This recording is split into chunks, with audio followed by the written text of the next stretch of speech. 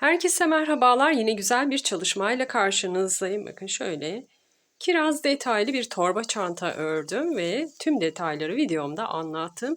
Yapımı çok kolay. 1-2 saat içinde örüp hemen kullanmaya başlayabileceğiniz çok cici bir model. Çok az örgü biliyorsanız bile bu çantayı çok rahatlıkla örebilirsiniz. Askısını şöyle yakından göstermek istiyorum. Biraz yaprak desenini andıran bir model tercih ettim. Askısında kağıt ip kullandım. Bağcığında da kağıt ip, yine aynı kağıt ipi kullandım. Kiraz kısmında ise kırmızı rafya ipi tercih ettim. Yine gövde kısmında rafya iple ördüm. İp detaylarından birazdan bahsedeceğim. Askısında ise çantama tutturmak için bu tarz yaylı halkalar kullandım. 3 adet kullandım ben. Ama askınızı direkt çantanıza da dikebilirsiniz. Şöyle göstereyim bakın. Bunu neden tercih ettim? Ayarlanabilir bir askı istedim ben. Şimdi bu haliyle, uzun haliyle çapraz bir askı. Kısalttığımda ise el çantası ve kol çantası olarak kullanabilirim. Şöyle göstereyim bakın. Aradan çekiyorum. Bakın askımı kısaltmış oldum. Hem kol çantası hem el çantası olarak da bu şekilde kullanabiliyorum. Askılarımda çoklu kullanımı seviyorum. Bazen bazı ortamlarda el çantası, bazen de çapraz çanta olarak kullanmak gerekiyor. Çantamla ilgili minik bir bilgilendirme yaptıktan sonra şimdi ip detaylarından bahsetmek istiyorum. Çantamı örmek için 3 tane renkten yararlanacağım. Çantamın gövdesi, tabanı için pudra pembesi rengimi kullanacağım. Süslemesi için kırmızı rengimden çok az bir miktar kullanacağım. Bağcı için de yine yeşil renkli bu şekilde kağıt ipim vardı, onu kullanacağım. Her iki ipim rafya ip. Şöyle göstermek istiyorum bakın. Yeşil rengim ise kağıt ip. Siz de elinizde bulunan ipleri bu çalışmanızda değerlendirebilirsiniz. Her iki ipimin gramajı 200 gram, herhangi bir markaya ait ipler değil. Bulunduğum bölgedeki örgü malzemeleri satan yerlerden satın aldığım ipler. Kağıt ipimi de çile halinde satın aldım. Yine herhangi bir markaya ait değil. Sonrasında sardım. Daha önceki çalışmalarımdan artan ipi kullanmış oluyorum aslında. Yeşil ipimi kullanarak. Kırmızı ipimden de çok az miktar bir ipe ihtiyacım var. Pembe ipimden ise 200 gramlık bir yumağım var. Farklı renklerle de çalışabilirsiniz. İlla ki benim gibi pudra pembesi kullanmak zorunda değilsiniz. Tüm çalışmanızı kağıt iplerle yapabilirsiniz. Koton iplerle yapabilirsiniz ya da makrame ipleriniz varsa onlarla da çalışabilirsiniz. Farklı çeşit iplerle de çalışabilirsiniz. Her tür iple yapılabilecek çok kolay bir çanta çalışması. Şimdi sizleri daha fazla bekletmeden hemen çantamızın yapımına geçelim. Çantamı örmeye sihirli halka ile başlıyorum. Sihirli halkamı nasıl yapıyorum? Açık uçlu ipimi örmeye devam edeceğim ipin altına getiriyorum bakın bu şekilde. Küçük bir halka oluşturuyorum. 6 numara tığla örüyorum bakın. Şimdi halkamın içinden tığımı geçirdim. İpimi aradan çektim ve bir zincir çekiyorum burada. İpinizin kalınlık ve incelik durumuna göre tığ numaranızı belirlerseniz çok daha sağlıklı olacaktır. Ben biraz gevşek formda bir çanta istiyorum. O yüzden 6 numara tığ tercih ettim. İpim biraz sert formda ve kalın olduğunu düşünüyorum. O yüzden bu tığ numarasını tercih ettim. Şimdi halkamın içine batıyorum bakın. Arkadan ipimi şöyle çekip öne doğru alıyorum. Tığımda 2 ilmeğim oldu. Tek seferde boşaltarak bir tane sık iğne. Tekrar batıyorum bakın. 2 ilmeğimi boşalttım, sık iğne. Bu şekilde toplam 8 adet sık iğne yapıyorum. 3 4 5 6 7 ve son sık iğnemi yapıyorum. Şimdi halkamız büyük. Açık uçlu ipimi çekiyorum. Bakın çekiyorum. Kopmamasına özen göstererek iyice çekelim. Küçültebildiğiniz kadar küçültün. Şimdi bakın küçük bir boşluğum kaldı. Şöyle hafif sıkıştırıyorum yine ilmeklerimi. Tekrar bir çekiyorum. Şimdi küçültebildiğim kadar küçülttüm, sıkıştırdım iyice. Şimdi ikinci sıramıza geçiş yapacağız. İlk yapmış olduğum sık iğnenin tepe boşluğundaki 2 ilmeğin altından tığımı geçirdim. Şu ipi de araya alıyorum. Sıkıştıracağım bunu da. Tığımla ipimi aradan çektim. Kaydırma tekniğiyle sıramı bağladım ve bir zincir çekiyorum. Yine aynı boşluğun içine batıyorum. Şu ipi de araya alıyorum. Arkadan gizliyorum. İpimi bir miktar yürütüyorum. Tığımda 2 ilmeğim oldu. Tek seferde boşaltarak bir tane sık iğne. Yine aynı noktaya batacağım. Bir tane daha sık iğne. Şimdi bir sonraki boşluğa geçiyorum. Oraya da 2 adet sık iğne yapacağım. Yani 8 adet sık iğne sayımı 16'ya çıkaracağım. Her noktaya 2'şer adet sık iğne yapıyorum. Bir sonraki bakın 2 tane ilmeğim var tepe boşluğunda, altından geçiriyorum.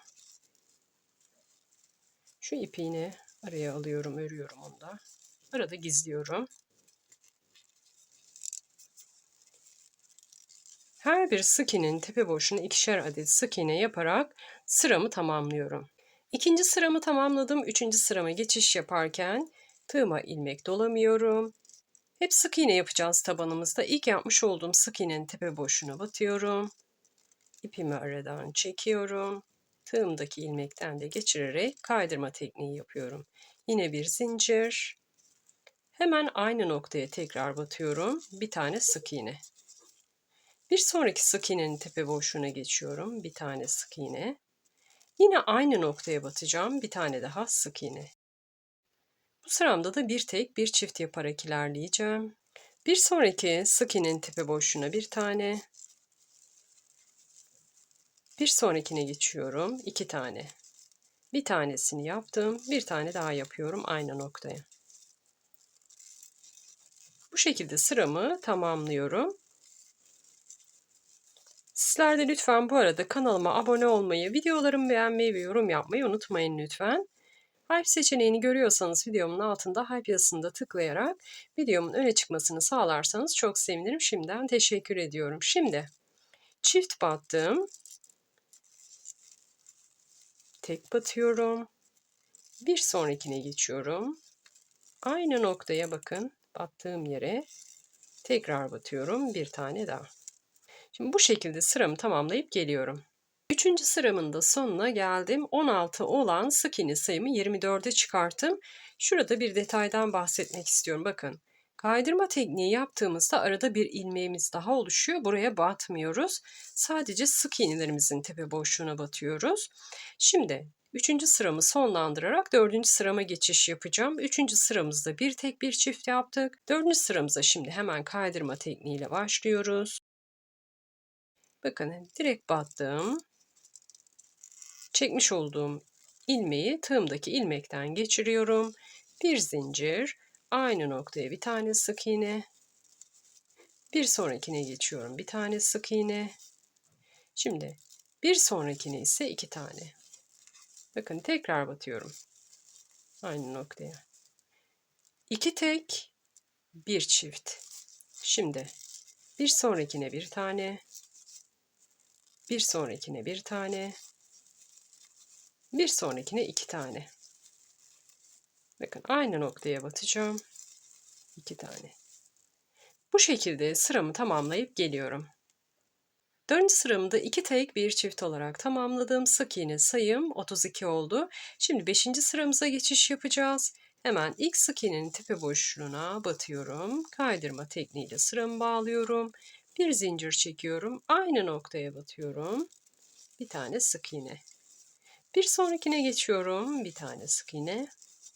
Bir sonrakine geçiyorum. Bir tane sık iğne. Şimdi bir sonrakine 2 tane sık iğne. 1, 2, 3 ve çift. 3 tek, bir çift. Şimdi devam ediyorum. 1 tek, 2 tek, 3 tek ve bir sonrakine 2 tane. Aynı noktaya 2 tane. Şimdi sıramı bu şekilde tamamlayıp geliyorum. Beşinci sıramı 3 tek bir çift olarak tamamladım. Sık iğne sayımı 40'a çıkarttım. Şimdi yine aynı şekilde sık iğnemin tepe boşluğuna battım. Kaydırma tekniğiyle sıramı bağladım. Bir zincir çektim. Hemen ilk sık iğnenin tepe boşluğuna bir adet sık iğne yaparak 6. sırama başladım. Burada 4 tek bir çift yapacağız. Bir tanesini yaptım. Bir sonrakine bir tane, bir sonrakine bir tane, bir sonrakine bir tane. Peş peşe 4 tane tek sık iğne yaptım. Şimdi bir sonrakine ise 2. Bakın bir tane yaptım. Aynı noktaya batıyorum tekrar bir tane daha. Şimdi bir tek, 2 tek, 3 tek, 4 tek ve bir sonrakine geçiyorum. Çift. Bakın aynı noktaya. Şimdi 6. sıramı da bu şekilde tamamlıyorum. Sık iğne sayımı 48'e çıkarıyorum. 6. sıramı da tamamladım. 7. sırama kaydırma tekniğiyle geçiş yapıyorum. Hemen ilk sık iğnemin tepe boşluğuna battım. Kaydırma tekniğiyle sıramı bağladım. Bir zincir çektim. Şimdi 4 tek bir çift yapmıştık. Şimdi 5 tek bir çift. Şimdi şuradaki köşelenmelerden rahatsız oluyorsanız ben rahatsız olmuyorum. Eğer rahatsız oluyorsanız ne yapabilirsiniz? Şimdi 5 tek bir çift sıramızdayız. En başta 2 tek yaparsınız, sonra ortaya çift batarsınız. Sonra 5 tek bir çift, 5 tek bir çift olarak sıranızı tamamlarsınız. En sonda 3 tane tek ilmeğiniz kalmalı. Onu da 3 tek örerek şuradaki toplam aradaki başlangıç noktanızla bitiş noktanızdakini saydığınızda toplam 5 tek ilmek bir arada olmuş olur. Tekrar anlatabilirim dilerseniz. Şimdi 5 tek bir çift olarak başlayacağız bu sıramıza. Diyelim ki köşelenmelerden, şuradaki sivriliklerden rahatsız oluyorsunuz. Bunları kamufle etmek için, biraz daha az görünür hale getirmek için bunu dilerseniz her sırada da yapabilirsiniz. Arada şu şekilde başlayabilirsiniz. 5 tek bir çift sırasındasınız. 2 tek yaparsınız en başta. Üçüncüye çift batarsınız. Devamında ise 5 tek bir çift, 5 tek bir çift olarak çift battığınız noktaları şu ortaya getirmiş olursunuz. Böylece şuradaki sivri noktaya batmamış olursunuz. Her sırada battığımız noktalar, bakın çift battığımız noktalar üst üste geldiği için bu sivrilikler oluşuyor. Dediğim gibi yaptığınızda çift battığınız noktaları biraz daha orta kısma çekmiş olursunuz. En sonda 2 tekle başladığınız için sonda 3 tane tek ilmeğiniz kalmalı. 3 tek yaptığınızda buradakiyle birlikte toplam 5 tek ilmeğiniz olmuş olur. Şimdi ben bundan rahatsız olmadığım için aynı şekilde devam edeceğim. 5 tek bir çift yapacağım. Şimdi 1, 2, 3, 4, 5. Bu köşelenmeler genelde supla yapımlarında sıkıntı oluyor. Tekniği o şekilde de uyarlayabilirsiniz, kullanabilirsiniz. Şimdi çift batıyorum. Bakın. Bir tek, 2 tek, 3 tek, 4 tek, 5 tek. Şimdi bir sonrakine batıyorum. Çift. 5 tek bir çift olarak da bu sıramı tamamlayıp geliyorum. 7. sıramı tamamladım. 8. sırama geçiş yapacağım. Artık tabanımın son sırası. Kaydırma tekniğiyle sıramı bağladım. Bir zincir çektim. Aynı noktaya battım. Bir tane sık iğne. Bir sonrakine batıyorum. Bir tane. Bir sonrakine bir tane. Burada artık çift batmıyorum hiçbir noktaya. Hepsi tek olarak sıramı tamamlıyorum. Tabanımın son sırası. Sonrasında ölçümü paylaşacağım. Bakın hepsine tek yapıyorum.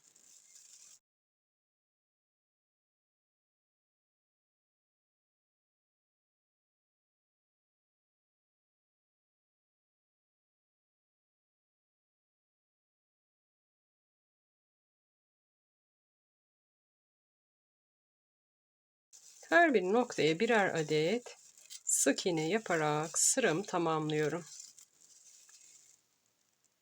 8. sıramın da sonuna geldim. Şimdi kaydırma tekniğiyle sıramı bağlayacağım fakat Sık iğnemin tepe boşluğuna bu şekilde batmayacağım. 2 tane ilmeğim var. 2 ilmeğim arasından batacağım dik bir şekilde.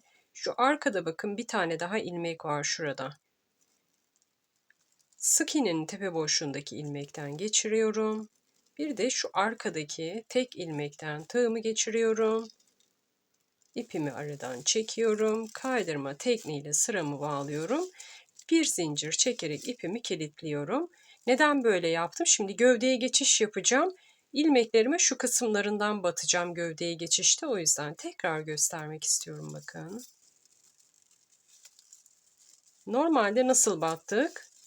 Şuradan battık. Bakın şu ilmeklerin altından battık. 2 ilmeğin altından battık. Şöyle. Bu sefer öyle yapmıyorum.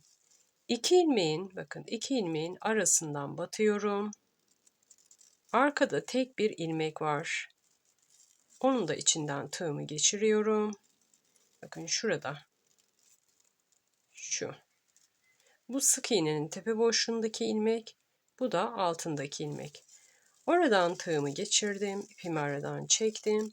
Ve kaydırma tekniğiyle sıramı bağladım.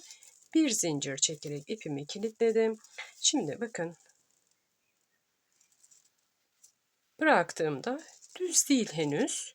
Tam düz olmasını istiyorsak ne yapacağız? Arka yüzeyden buharlı ütüyle ütü yapacağım. Tamamen düz hale getireceğim. Hafif dalgalanmaları var. Bunu düzeltmek istiyorum gövdeye geçmeden önce. Şimdi tersini çevireceğim ve ütüleyeceğim. Sonrasında ölçüsünü paylaşacağım. Çantamın tabanını ütüledim. Bakın. Şimdi ölçüsünü paylaşmak istiyorum. Hemen şöyle alıyorum. 16,5 santimlik bakın. 16,5 santimlik genişliği var. Bu taban ile şapka da örebilirsiniz. Şapkanızın tepe bölgesinde aynı şekilde örüp kendinize çok şık şapkalar hazırlayabilirsiniz. Yuvarlak tabanlar ya da suplalar hep aynı şekilde örülüyor ya da şapkaların tepe kısımları da bu şekilde örülüyor.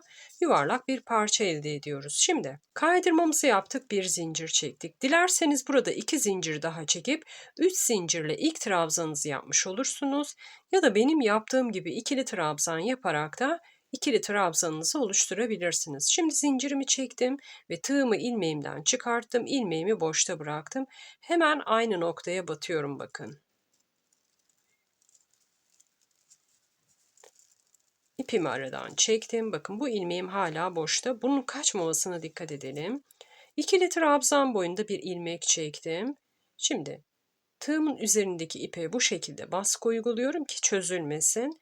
Tığımı ipimin altından doluyorum. Hafifçe şöyle çeviriyorum. Ve şurada boşta bıraktığım ilmekten tığımı geçiriyorum. Bakın tığımda 3 ilmeğim oldu. İkisini bir seferde, bakın 2 tane ilmeğim kaldı. Kalan ikisini de bir seferde boşaltarak bir adet ikili trabzan yapıyorum. Şimdi tığıma ilmek doluyorum. Bir sonraki sık iğnenin tepe boşluğuna geçiyorum. 2 tane ilmeğimiz var sık iğnemizin tepe boşluğunda. İkisinin arasından geçirdim. Arkada bakın bir tek ilmeğimiz var.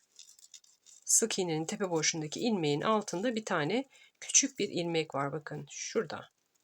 Onun da içinden tığımı geçirdim.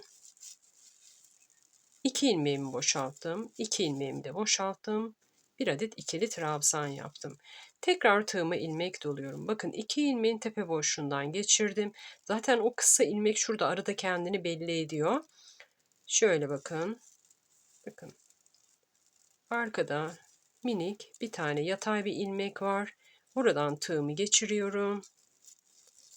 Ve ikili trabzanımı örüyorum. Dilerseniz şu tek ilmekten de geçirirsiniz ama ben tek ilmek üzerinde gövde kurulumu yapmak istemedim. O yüzden şu aradaki, bakın arada gözüken ilmeğin de arasından geçiriyorum. 2 ilmeği birlikte 2 ilmeğin arasından geçirerek 2 ilmek üzerine çantamın gövde kurulumunu yapmak istiyorum. Şimdi bu sıramızda farklı hiçbir şey yok. Hep ikili trabzan yapacağız. Gösterdiğim şekilde batacağız. Zaten 2 ilmeğin arasından battığınızda o küçük ilmeğin de arasından tığınızı geçirmek kolay oluyor. Çünkü kendini belli ediyor zaten ilmek. Gövdeyi dilerseniz sadece sık iğne yaparak da örebilirsiniz. Ben gövdede gevşek bir form istiyorum. Sıkı bir görüntü istemiyorum. Bakın. İkili trabzan yapıyorum. Dikkat ederseniz çok rahat bir şekilde 2 ilmekten tığımı geçiriyorum. Tığıma ilmek doladım. Batıyorum. Bakın. 3 ilmeğim oldu. İkisini bir seferde, ikisini de bir seferde boşaltarak ikili trabzan. Tekrar göstereyim yavaş bir şekilde. Tığıma ilmek doladım. Bakın 2 ilmeğin arasından geçirdim. Şurada zaten küçük bir ilmek var. Şöyle arka kısımdan da göstereyim bakın. Şu 2 ilmeğin arasından tığımı geçirdim. Aradan ipimi çektim. 3 ilmeğim oldu. 2 2 boşaltıyorum. Bu şekilde sıramı tamamlayıp geliyorum. En son sıramızda 56 tane sık iğnemiz vardı. Bu sıramızda da 56 adet ikili trabzanımız olacak. Buradan sonra artık trabzan sayımız hiç değişmeyecek. Şimdi trabzanlarımı tamamlayıp geliyorum. Gövdedeki birinci sıramı tamamladım. Şimdi sıramı bağlayacağım. 56 adet ikili trabzan yaptım. İlk ikili trabzanımın tepe boşluğuna batıyorum. Yine kaydırma tekniğiyle sıra bağlayacağız. İpimi aradan çektim. Kaydırma tekniğiyle sıramı bağladım ve bir zincir çekerek burayı kilitledim. Burada dilerseniz 2 zincir daha çekip ikili trabzanınızı yapabilirsiniz. Dilerseniz toplam 4 zincir de çekebilirsiniz. Burada sizin elinizin sıkılığı, gevşekliği, trabzanınızın boyu önemli olan. Ben yine aynı şekilde ikili trabzanımı yapacağım. Hemen ilk battığım noktaya batıyorum. İpimi bakın buradaki serbest bıraktım. Bu ipimizin kaçmamasına özen gösterelim. Şimdi ipimi aradan çekiyorum battığım noktadan.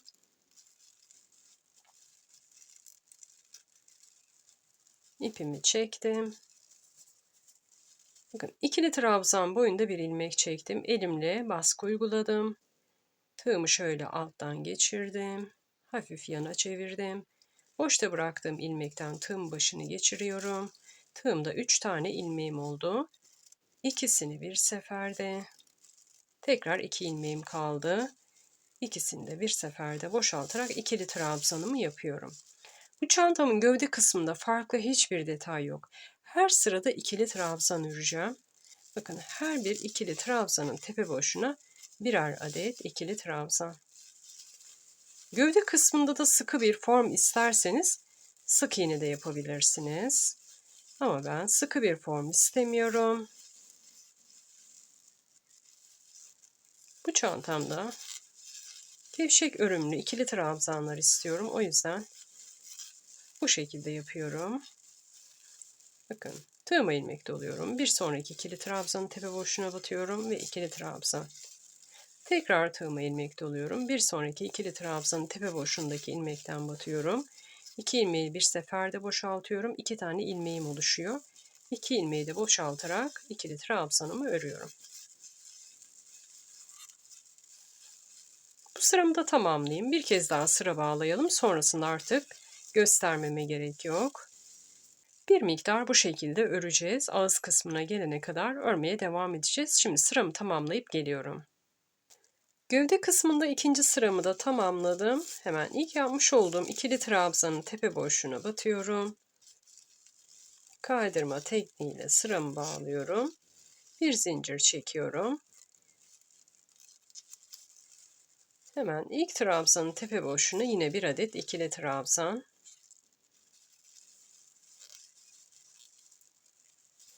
Bir sonrakine geçiyorum. Bir adet ikili trabzan. Bir sonrakine geçiyorum. Bir adet ikili trabzan. Bu şekilde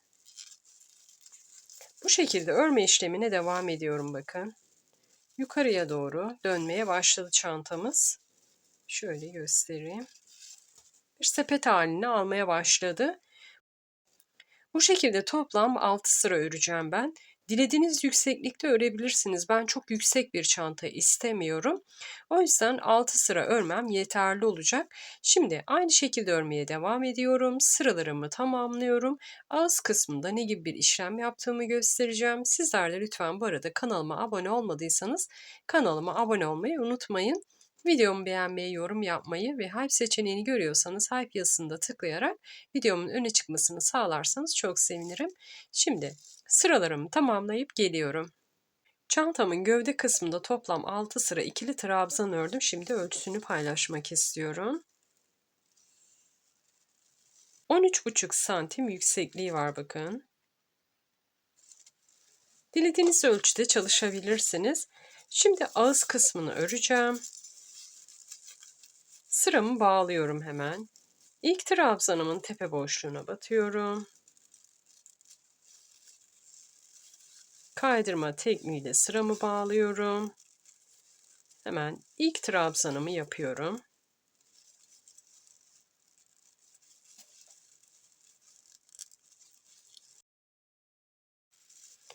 İlk trabzanımı yaptım. Bir zincir çekiyorum. Tığıma ilmek doluyorum. Bir boşluk atlıyorum. Bir sonrakine batıyorum. Bir tane ikili trabzan. Eğer burada zincir çekerek trabzan yaptıysanız 4 zincir çekmeniz yeterli. Şimdi bir zincir, tığıma ilmek doluyorum. Bir boşluk atlıyorum. İkincisine batıyorum. Bir tane ikili trabzan. Bu şekilde kafesler oluşturuyoruz. Bir zincir çektim, bir boşluk atladım, ikinciye battım. Bir zincir, bir boşluk atlıyorum, ikinciye batıyorum. Bir tane ikili trabzan. Bu şekilde kafesler oluşturarak sıra sonuna kadar geliyorum. Kafes örgülerimde sıra sonuna geldim. Bir zincir çektim. İlk yapmış olduğum trabzanın tepe boşluğuna batıyorum.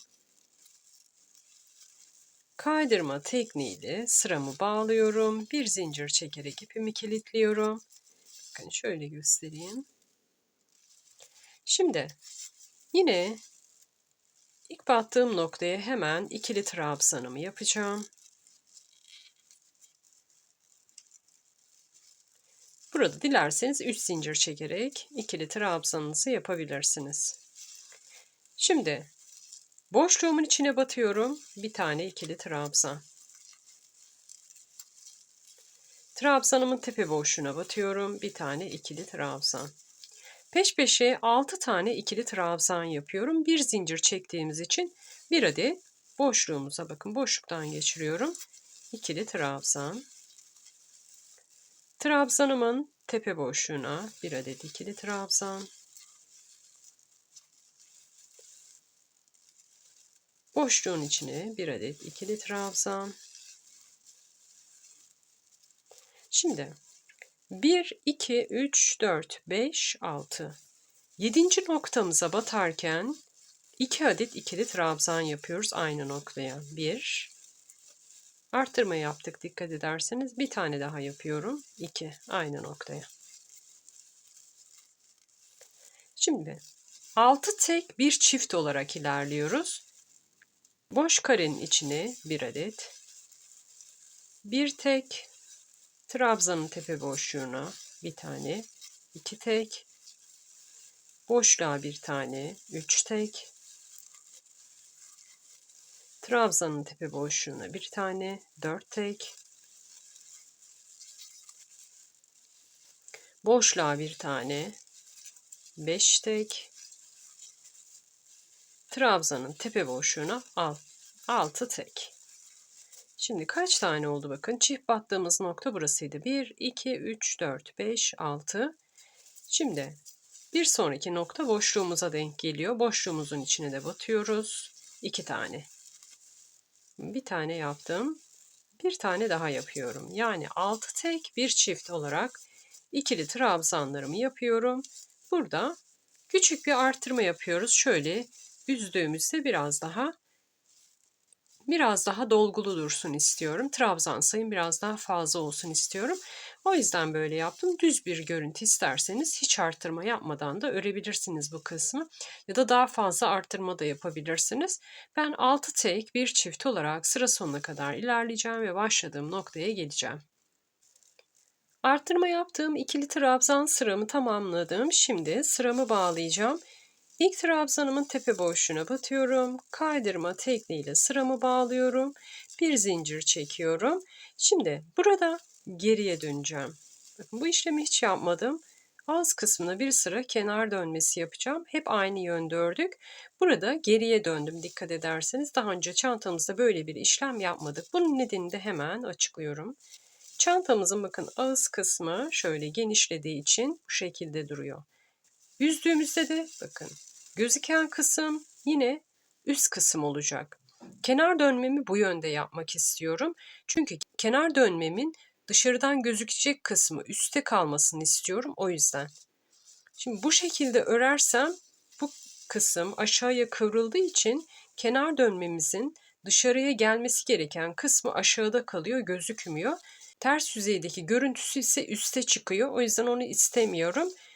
Kenar dönmemi bu şekilde örerek dışarıdan kenar dönmemin gözükmesi gereken kısmını bu tarafa almış oluyorum. Tüm mantığı bu ama dilediğiniz tarafta da yapabilirsiniz. Benim için fark etmez diyorsanız aynı yönde de örmeye devam edebilirsiniz. Şimdi bir zincirimi çektim. Battığım yer burasıydı. Bir sonrakine geçiyorum. Direkt batıyorum. Tığıma hiç ilmek dolamadım. İpimi aradan çekiyorum. Tığımda 2 ilmeğim var. Çektiğim ilmeği tığımdaki ilmekten geçiriyorum. Bir zincir. Bir sonrakine geçiyorum. Bakın bu şekilde kaydırma. Bir sonrakine batıyorum. Hiç arada ilmek atlamıyorum. İkili trabzan atlamıyorum. Bir zincir. Bir sonraki trabzanın tepe boşluğu. Ve kaydırma yapıyorum.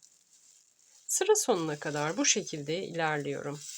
Tekrar şöyle yakından göstereyim. Bir zincir çekiyorum. Bir sonraki tepe boşluğuna batıyorum. Kaydırma. Bir zincir. Bir sonraki trabzanın tepe boşluğu. Kaydırma. Bir zincir. Bir sonraki trabzanın tepe boşluğuna batıyorum. Çektiğim ilmeği tığımdaki ilmekten geçiriyorum. Bu şekilde sıra sonuna kadar ilerleyip kenar dönmemi tamamlıyorum. Bu şekilde sıra sonuna kadar ilerliyorum ve son sıramı da tamamlıyorum. Bakın şöyle nasıl bir görsel yarattığını şöyle göstereyim.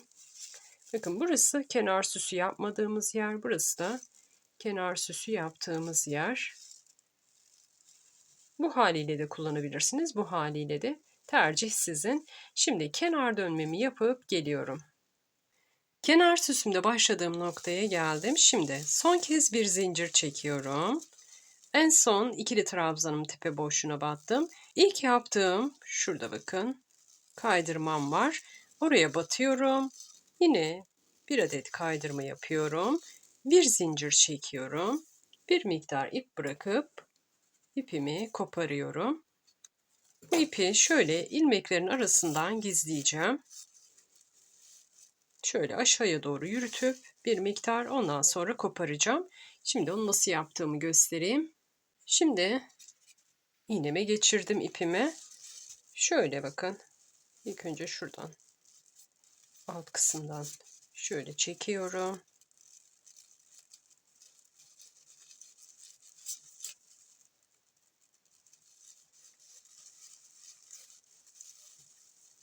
Burada rastgele aralara çekebilirsiniz. İstediğiniz aralıktan yürütebilirsiniz. Önemli olan belli olmaması, gözükmemesi.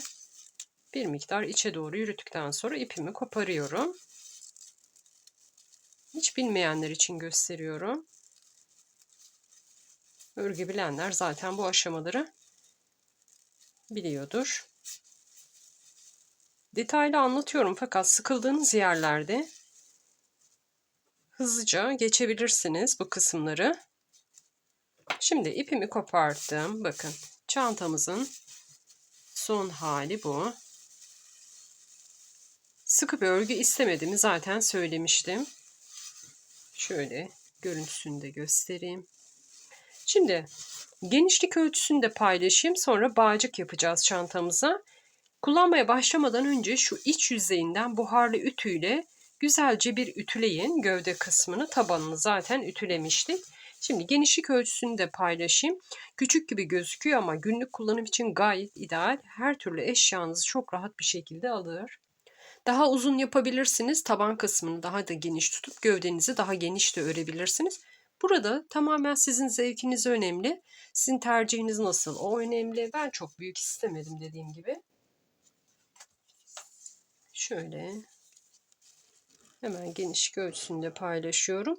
24 santim genişliği var.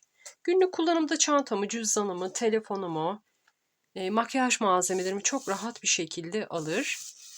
Şimdi bağcamızın yapımına geçelim. Bağcığım için yeşil ipimi 2 kat kullanacağım. Bakın. Şimdi zincir çekeceğiz burada. Farklı hiçbir işlem yapmıyorum. 2 kat kullanmamdaki mantık ileride kopma olmasın. Şimdi şöyle kendi etrafında ipimi bir çeviriyorum. Bir zincir çekiyorum. Buradan sonrası hep zincir. 2 kat bakın ipim. İstediğim uzunluğa gelene kadar zincir çekiyorum. Farklı hiçbir detay yok. Deri bağcıklar da kullanabilirsiniz. Bu bizim kirazımızın sap kısmı ve yaprak kısmını oluşturacağı için ben yeşil rengi tercih ettim ama siz dilediğiniz renklerde yapabilirsiniz. Şimdi zincirimi çekmeye devam ediyorum. Zincirinizin sıkı olmasına gerek yok. Bakın. Yine 6 numara tığla çekiyorum zincirime.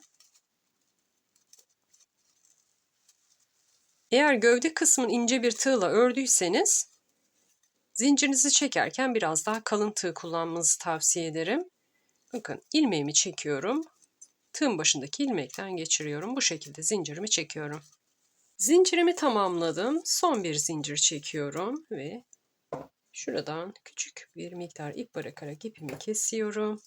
Şöyle sıkıştırıyorum ucunu. Şimdi zincirimin ölçüsünü paylaşmak istiyorum. Çok muntazam bir zincir çekmedim. Çok da sıkı bir zincir çekmedim. Şimdi ölçüsünü nasıl ayarladığımı göstermek istiyorum. Şöyle bakın. Çantamın ağız kısmını şöyle ilk önce şöyle açıyorum. Düzeltiyorum. Bakın. Etrafını sarıyorum ve aşağıya doğru bir miktar uzun kalmasını istiyorum. Şöyle toplayacağız bakın. Aralardan o delikli kısımlardan, kafes kısımlardan bağcığımızı geçireceğiz. Şöyle bağlayacağız. Fazlasıyla şöyle bir fiyonk yapacağız. Şimdi zincirimin uzunluğunu paylaşmak istiyorum dediğim gibi. Burada istediğiniz uzunlukta yapabilirsiniz zincirinizi. Başlangıç noktasından alıyorum.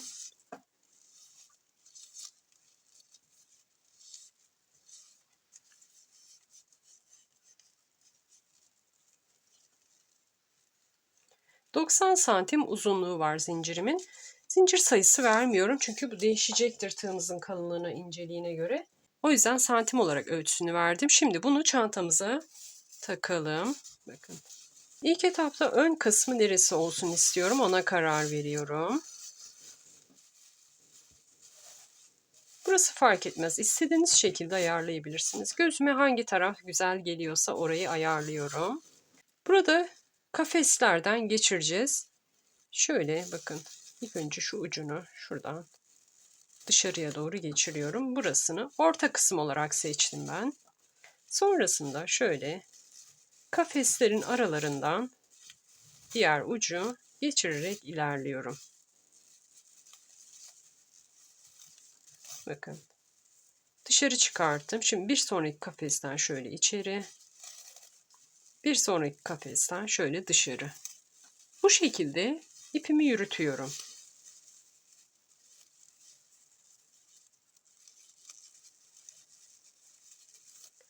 Burada farklı bir detay yok.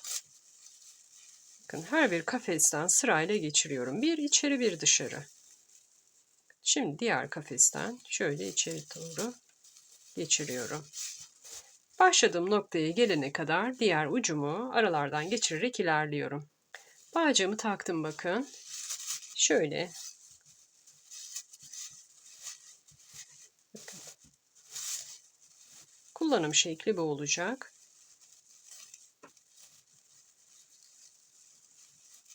Şimdi bağcığımın ucuna küçük kirazlar yapacağım. Onu da ne şekilde yaptığımı göstermek istiyorum.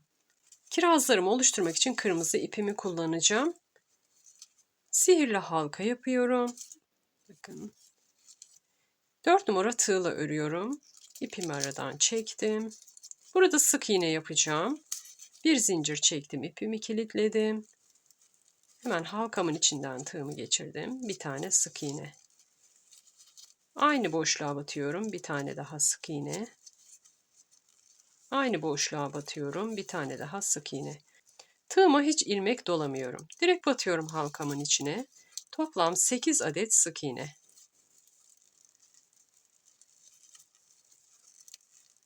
1, 2, 3, 4, 5, 6, 2 tane daha yapıyorum. 7 ve 8.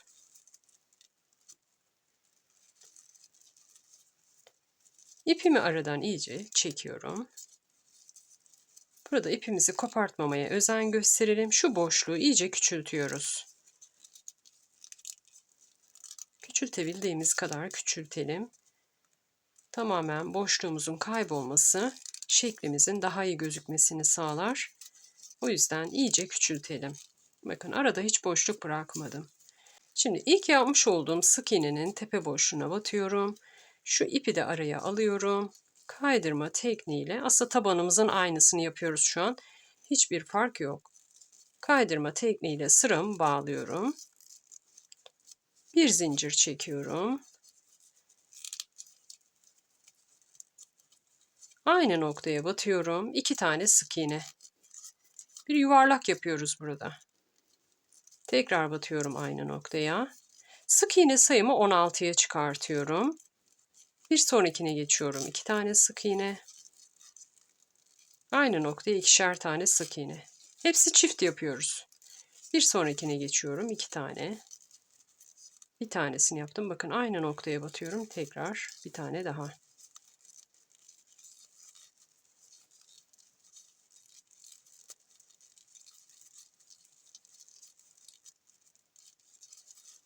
Her bir sık iğnenin tepe boşluğuna 2'şer adet sık iğne yapıyorum. Son sık iğnemi yapıyorum. 1. Aynı noktaya bir tane daha. Toplam 16 adet sık iğne yaptım. Yine kaydırma tekniğiyle sıramı bağlıyorum. Bir zincir çekerek ipimi kilitliyorum. Küçük bir miktar ip bırakıyorum burada dikiş için.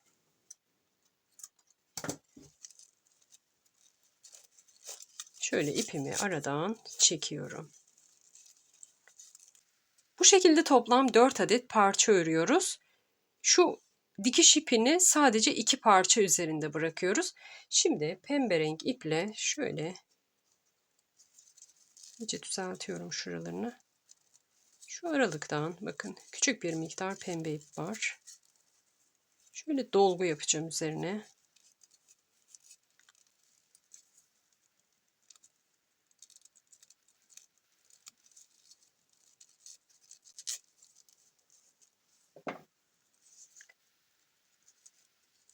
Bunu rastgele yapıyorum aslında. Kirazların üzerinde küçük beyaz noktalar olur ya çizimlerde. Bunun gibi bir şey yaratmaya çalışıyorum burada. Bakın şöyle. Şimdi diğer 3 parçamı da örüp geliyorum.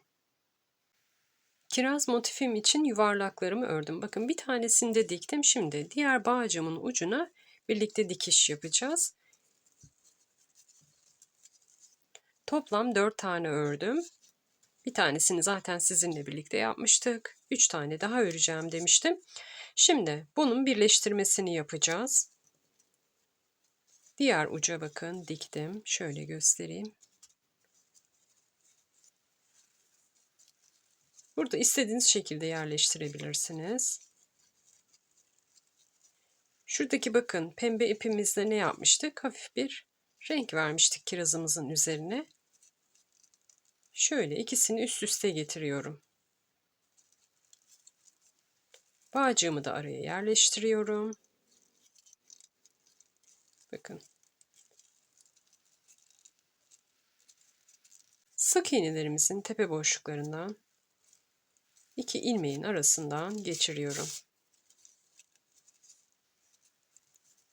Her bir sık iğnenin tepe boşluğundaki bakın 2 ilmeğin arasından karşılıklı 2 parçayı şöyle birleştirerek geçiriyorum.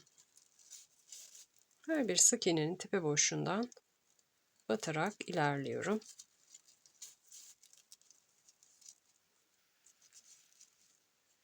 Farklı şekillerde de yapabilirsiniz kiraz motiflerinizi.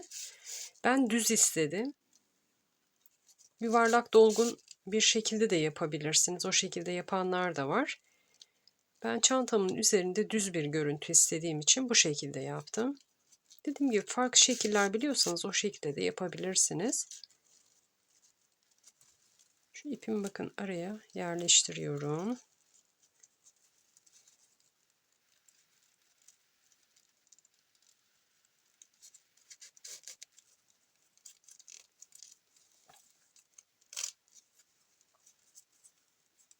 Sırayla bir üstten bir şöyle bakın alttan dikerek ilerliyorum.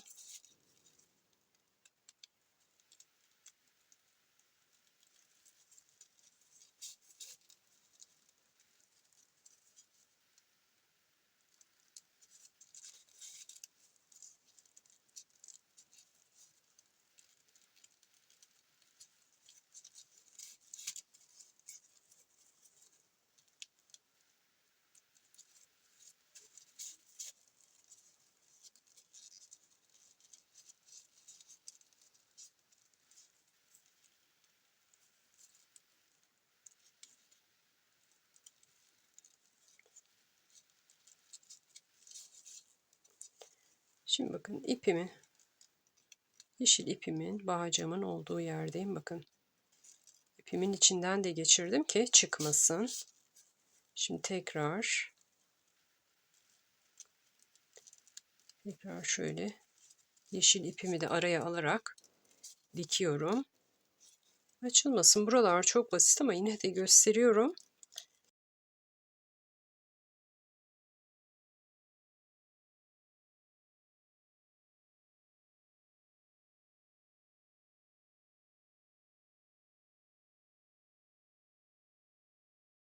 Bakın dikişimi tamamladım.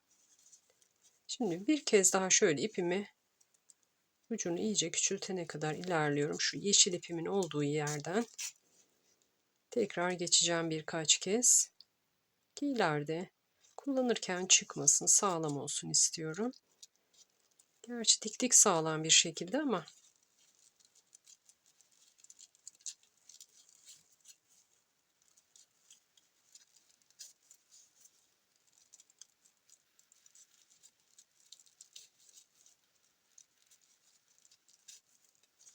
şimdi ipimin fazlasını şöyle aradan herhangi bir yerden geçireceğim.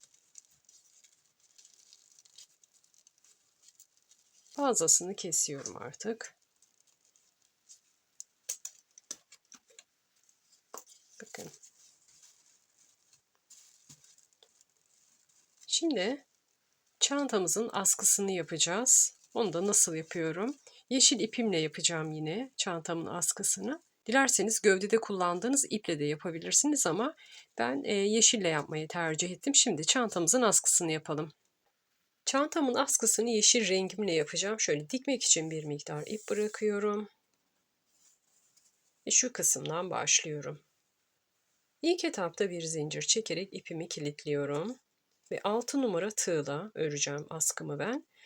Dilediğiniz şekilde askınızı yapabilirsiniz. Dilerseniz deri askılar da kullanabilirsiniz ama ben bu şekilde yapacağım. Şimdi 1, 2, 3, 4.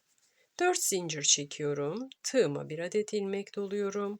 Aşağıdan 1, 2, yukarıdan 1, 2, 3. Aşağıdan ikinci zincire batıyorum. İlmeğimi çekiyorum. Tığımı boşaltmıyorum. Tekrar aynı işlemi yapacağım. Tekrar batıyorum aynı noktaya. Tığımı boşaltmıyorum. Üçüncü kez batacağım aynı noktaya. Tığımı boşaltmıyorum. Dördüncü kez batıyorum aynı noktaya. 4 defa bakın aynı işlemi yaptım. Şimdi şu en baştaki ilmeğim kalacak. Diğerlerini şöyle tek seferde boşaltıyorum. Çekmiş olduğum ilmekle birlikte tığımda 2 adet ilmeğim oldu. İkisini tek seferde boşaltıyorum. Burayı tamamlıyorum. Şimdi 1, 2. Geriye dönüyorum. Bakın örgümü geri çevirdim. Zincirim ve şuradaki toplu olarak boşalttığım ilmeklerim arasında bir boşluk oluştu. Tığıma ilmek doluyorum. O boşluğa batıyorum bakın. Herhangi bir zincire batmıyorum. 1. Tekrar tığıma ilmek doluyorum. 2. Tekrar tığıma ilmek doluyorum. 3. Tekrar tığıma ilmek doluyorum. 4. Şu en baştaki ilmeğim kalana kadar ilmeklerimi boşaltıyorum. Çekmiş olduğum ilmekle birlikte 2 ilmeğim oldu. Tek seferde boşaltıyorum. Şimdi yine 1, 2 zincir. Örgümü geri çeviriyorum. Şurada yine bakın toplu olarak boşalttığım ilmekler ve zincirim arasındaki boşluğa batacağım yine. Tığıma ilmek doladım. 1. Tığıma ilmek doladım. 2. Tığımı boşaltmıyorum. Tığıma ilmek doladım, battım. 3. Tekrar tığıma ilmek doladım. 4. 4 kez aynı işlemi yapıyorum. En baştaki ilmeğim kalana kadar hepsini tığımdan boşaltıyorum. 2 ilmeğimi de boşaltarak bu şekilde örgümü yapıyorum. Bir kez daha göstereceğim, artık göstermeme gerek yok. Askım sonuna kadar bu şekilde ilerliyor. Başka herhangi bir detay yok. Dediğim gibi dilediğiniz şekilde askınızı yapabilirsiniz. Ben çantama bu modelin daha uyumlu olacağını düşündüğüm için bu şekilde yaptım. Ve yeşil rengi tercih ettim. Askısıyla bütün olması açısından. 1, 2. Geriye dönüyorum. Yine zincirimle dolgum arasındaki bakın oluşan boşluğuma tığıma ilmek dolayarak batıyorum. 1. Tığıma ilmek doluyorum. 2. Tığıma ilmek doluyorum, batıyorum. 3. Tığıma ilmek doluyorum, batıyorum. 4. Şimdi tek ilmeğim kalacak şuradaki. Diğerlerinin hepsini tığımdan boşaltıyorum. İlmeğimi çekiyorum aradan. 2 ilmeğim kaldı. Tek seferde boşaltıyorum. Bakın askımın görüntüsü bu. Bu şekilde ilerleyeceğim. İstediğim uzunluğa gelene kadar örmeye devam ediyorum. Sonrasında çantamla birleştirme aşamasını göstereceğim. Askımı tamamladım. Artık benim için bu ölçü yeterli. Bir zincir çekerek ipimi kilitliyorum. Dikiş için bir miktar ip bırakarak ipimi kesiyorum. Şimdi askınızı iki şekilde çantanıza tutturabilirsiniz. Dilerseniz benim gibi şöyle küçük yaylı halkalar kullanabilirsiniz. Dilerseniz çantanıza direkt dikebilirsiniz. Şimdi ölçüsünü paylaşacağım.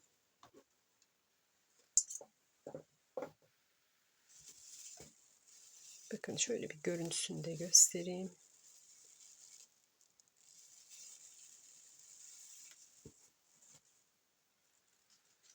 Ben bu askı modelini özellikle meyve desenli çantalarda çok seviyorum.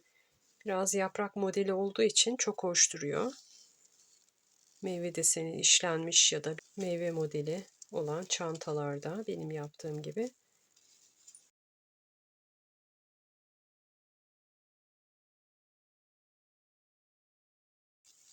Dilediğiniz ölçülerde askı yapabilirsiniz. 110 santim uzunluğu var askımın, bakın. Bitiş noktası şurası. Şimdi askımızı halkalarımıza dikeceğiz. Ben 3 tane halka kullanacağım. Şöyle.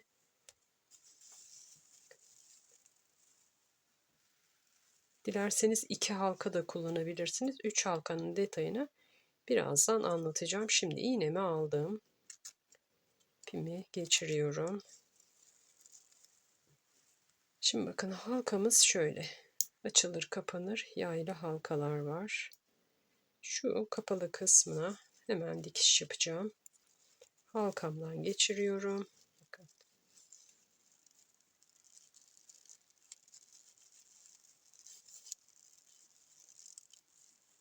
Sıkıca tutturuyorum. Şurada bakın trabzanları topladığımız ilmeğimiz var. Oradan geçiriyorum. Şöyle trabzanların bakın aralarından da batarsak daha sağlam olur. Dikişimiz tek bir ilmek üzerinde olmaz askımız. Şöyle aralardan da batıyorum.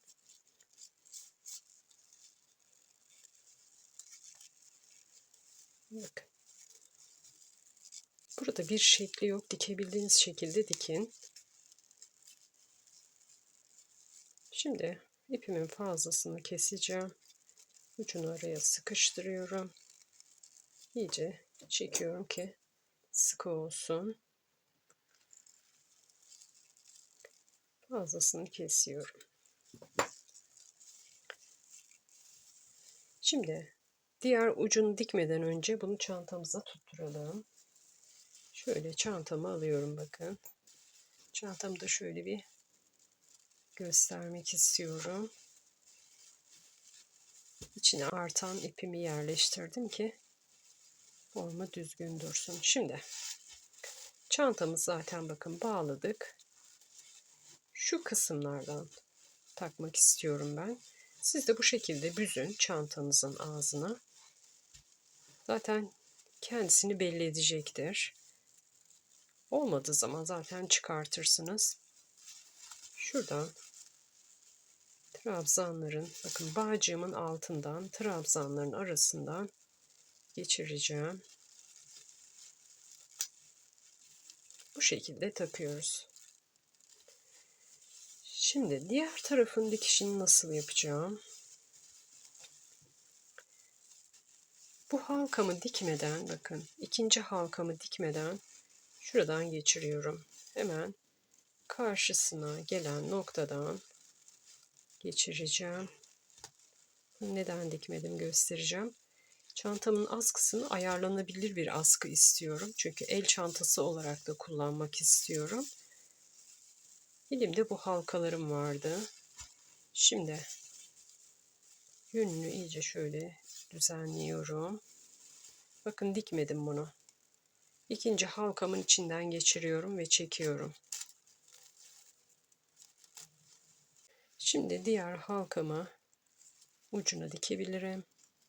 Bakın halkamdan geçirdim. Şöyle.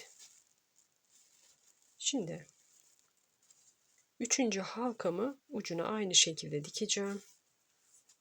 Bunun için iğnemi alıyorum yine.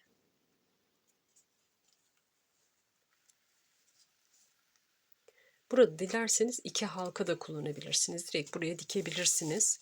Az önce yaptığımız gibi. Askının boyu sizin için yeterlidir. Ayarlamaya ihtiyaç yoktur. El çantası olarak kullanmak istemiyorsunuzdur. İkinci yayla halka sizin için yeterli olur. Üçüncüye gerek yok.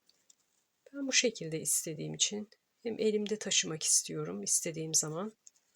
Şimdi halkamı bakın. Üçüncü halkamı dikiyorum.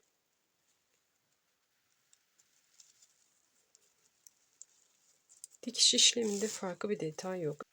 Dikmeden önce neden geçirdim onu da anlatayım. İki halkamın boyu da eşit. Diktikten sonra içinden geçmeyeceği için bu şekilde yaptım. Ama burada ikinci halkayı daha büyük kullanıyorsanız bu işleme gerek yok. Sonra da dikebilirsiniz. Önce de dikebilirsiniz. Çok bir şey fark etmez.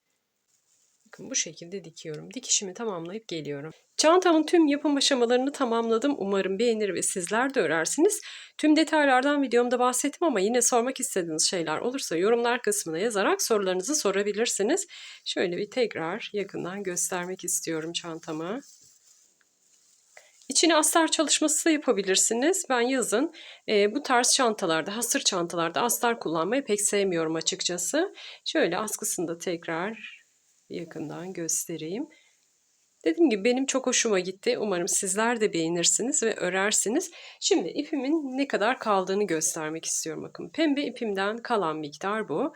Tüm yumağı kullanmamış oldum ama yine 200 gramlık ip ayırırsanız kendinize çok daha sağlıklı olacaktır. Yeşil ipimin hepsini kullandım. Kırmızı ipimden zaten göstermeme gerek yok. Sadece kiraz yapımında çok az bir miktar ip yeterli oldu. Gövdesini kağıt iple ya da rafya iple ördüyseniz süslemelerini illaki onlarla yapacaksınız diye bir şey yok. Koton iplerle de yapabilirsiniz süslemelerini. Askısını da yapabilirsiniz. Ben çantalarımda karışık ipler kullanmayı seviyorum. Hatta işlemelerimde koton ipler de kullanıyorum. Kağıt iple örsem ya da rafya iple örsem bile. Önceki çalışmalarınızdan artan ipleriniz varsa sizlere çok rahatlıkla bu tarz süslemeler yapabilirsiniz çantanıza. Videomu buraya kadar izlediyseniz lütfen kanalıma abone olmayı, videolarımı beğenmeyi ve yorum yapmayı unutmayın lütfen. Ayrıca videomun altında Hype seçeneğini görüyorsanız Hype yazısını tıklayarak da videomun öne çıkmasını sağlarsanız çok sevinirim. Bir sonraki videomda görüşmek üzere. Kendinize çok iyi bakın. Hoşça kalın.